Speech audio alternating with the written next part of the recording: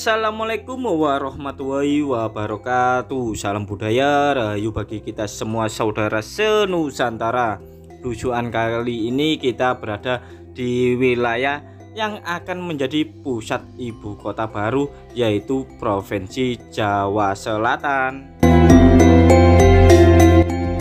Kali ini kita akan mendatangi sebuah kampung terpencil dan jauh dari pusat keramaian, baik itu pusat perbelanjaan atau pasar, ataupun pusat pendidikan ataupun sekolah, bahkan pusat kesehatan ataupun puskesmas. Lokasi kampung ini berada di kaki Gunung Kelut, yang mana kampung ini sering menjadi pusat lontaran-lontaran abu vulkanik dari erupsi Gunung Kelut. Untuk mempermudah pencarian kami ke area lokasi kampung ini, kami mencoba bertanya-tanya sama adik-adik bocil yang ada di sekitar sini. Mereka sangat polos dan lugu, serta kami tanyai tentang lokasi keberadaan kampung yang kami maksud. Untungnya mereka memberikan informasi yang akurat, sehingga kami tak perlu khawatir bila kesasar menuju kampung terpencil ini, karena lokasinya itu pun jalannya banyak bercabang-cabang, takutnya kami kesasar. Setelah mendapatkan informasi yang memadai, akhirnya kami melanjutkan perjalanan menuju kampung terpencil yang berada di kaki Gunung Kelut dengan jalan dan medan seperti tampak yang ada di dalam video ini. Kontur jalan yang masih berupa tanah dan sedikit berpasir akibat debu vulkanik Gunung Kelut serta banyak genangan air. Kami berhati-hati saat melalui jalan ini. Melihat kondisi jalan seperti ini mengingatkan kita kepada wilayah-wilayah saudara kita yang berada di Sumatera, Kalimantan, dan Papua. Namun padahal di Pulau Jawa sendiri masih belum ada pembangunan. Pembangunan infrastruktur jalan sangat dibutuhkan oleh masyarakat setempat untuk mobilisasi dan kontribusi distribusi pertanian dari masyarakat sekitar. Meski status jalan ini merupakan milik perusahaan perkebunan, namun perlu adanya jalinan kerjasama antara pemerintah daerah sama perusahaan perkebunan setempat, sehingga bisa bermanfaat bagi semua orang. Manfaat pembangunan infrastruktur jalan ini tak hanya berguna bagi masyarakat, namun berguna bagi perusahaan juga dalam melakukan distribusi pertanian oleh perkebunan mereka. Semoga kedepannya ada jalinan kerjasama yang baik bagi kedua belah pihak agar sama-sama menguntungkan. Coba kalian bayangkan kalau datang ke kampung ini saat malam hari, yang mana dikelilingi dengan hutan-hutan serta tak ada penerangan jalan umum dengan kontur tanah jalan seperti di video ini. Belum lagi banyak percabangan jalan-jalan menuju ke perkebunan. Apabila kita salah arah, kita bisa kesasar tak tahu kemana rimbanya. Wilayah ini dikenal dengan komoditas pertanian yang cukup berkualitas, mulai dari karet, tebu, hingga nanas. Bahkan peternakan mereka pun dagingnya berkualitas. Jika kalian menonton video ini tanpa skip dan memperhatikan video ini, pasti kalian paham bahwa di jalan ini tak seorang pun melewati jalan ini. Kita ketemu orang saja tadi di awal video, yaitu bocil-bocil. Padahal jalan ini merupakan jalan poros antar desa ke desa, bahkan dari kampung ini menuju ke pusat perbelanjaan, pusat kesehatan, dan pusat pendidikan yang berjarak 15 km. Meskipun infrastruktur jalan kampung ini belum bisa dirasakan, namun fasilitas listrik sudah bisa mencapai di kampung-kampung terpencil ini. Meskipun jalan ini kurang lebih 15 hingga 20 km dari pusat keramaian, namun bila menuju kampung ini terasa aman karena jauh dari gangster maupun begal. Bagi kalian-kalian yang pengen merasakan ketenangan batin, ketenangan jiwa, dan ketenangan pikiran, silakan kalian tinggal di kampung ini karena kampung ini sangatlah tenang, jauh dari hiruk pikuk. Selain itu, di kampung ini juga paling dihindari oleh Bang Pelcit, Bang Dedel, Mbak Mekar, mbak-mbak yang mencari nasabah biasanya di kampung-kampung. Mungkin bagi mbak-mbak atau bang-bang yang mencari nasabah-nasabah di kampung-kampung ini takut bila menuju kampung ini karena medannya cukup sulit serta sepi, jarang ada orang lalu lalang.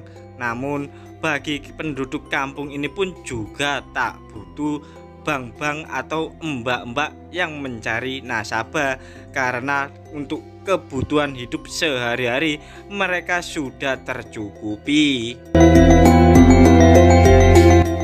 Meski penduduk kampung ini berada di wilayah terpencil di kaki Gunung Kelut, namun secara taraf ekonomi mereka sangatlah sejahtera. Bahkan untuk pendidikan anak-anak mereka pun sampai perguruan tinggi.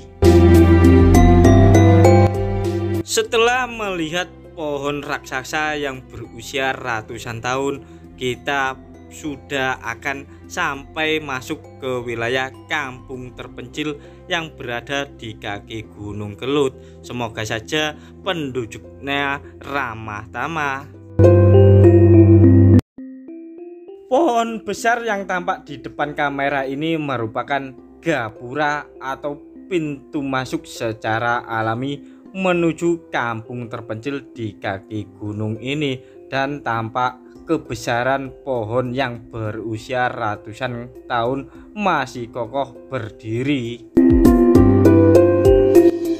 Setelah melewati pohon raksasa, kita sudah melihat atap-atap rumah dari penduduk kampung terpencil ini yang kurang lebih kita sudah mendekati dan sudah mulai masuk wilayah perkampungan terpencil ini. Kampung terpencil ini hanya dihuni 35 kakak dan kurang lebih 20 rumah saja. Namun untuk jalan kampung ini sudah pakai blok paving sehingga perjalanan kita semakin mulus. Meski kampung terpencil ini berada di kaki gunung serta jauh dari pusat keramaian, namun penduduk kampung ini mencintai kebersihan. Cobalah kalian lihat rumah-rumah mereka, halaman-halaman rumah mereka bersih sekali. Karena mereka menyadari bahwa hidup bersih pangkal dari kesehatan dan pangkal juga keindahan, sehingga mereka jauh terbebas dari berbagai macam penyakit dari sampah-sampah yang biasanya ditumpuk. Selain itu, mereka juga menyadari bahwa jarak ke pusat kesehatan pun cukup jauh, sehingga mereka sedia payung sebelum hujan. Makanya mereka selalu menjaga kebersihan. Nah, ini tampak mamake yang ayu kinclong moblong-moblong sedang merumpi atau membicarakan kebutuhan hidup mereka. Dan ada pula bapake yang sedang santai-santai setelah usai bekerja. Di kampung ini juga ada sebuah musola yang cukup tua, dan untuk sholat Jumat mereka biasanya menuju di kampung yang terdapat masjid besar. Setelah kita berkeliling, marilah kita melihat suasana yang tenang di kampung ini dan duduk sebentar.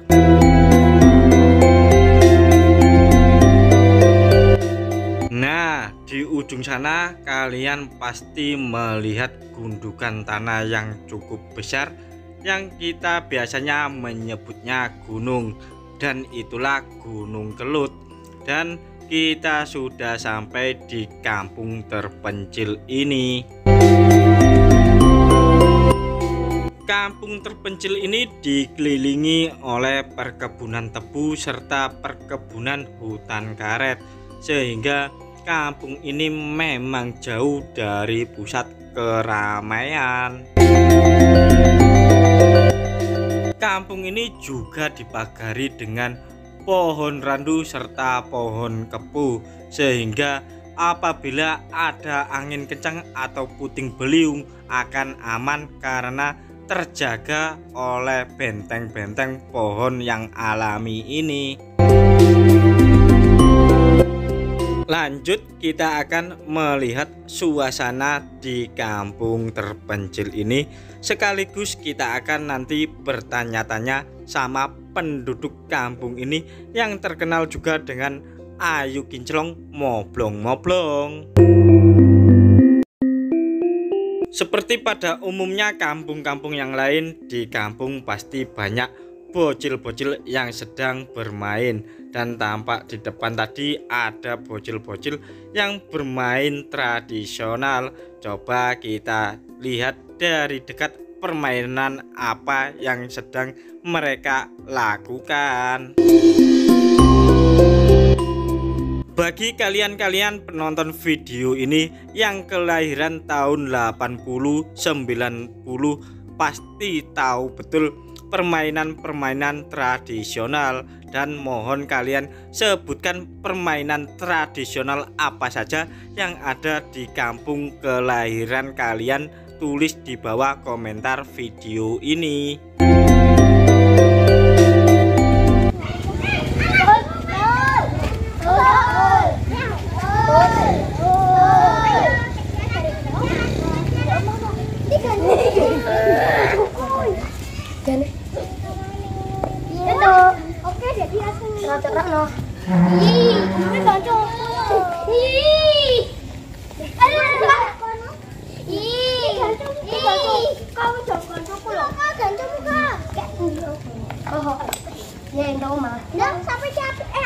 Anjir, iso anjir.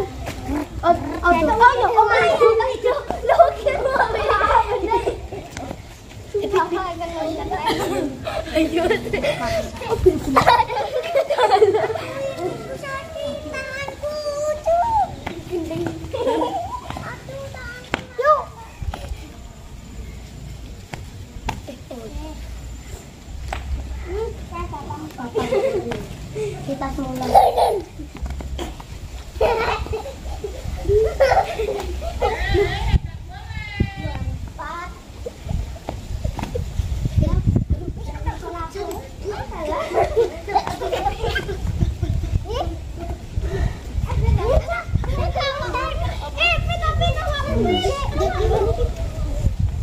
Ini permainan apa, Dik? Namanya, Dik?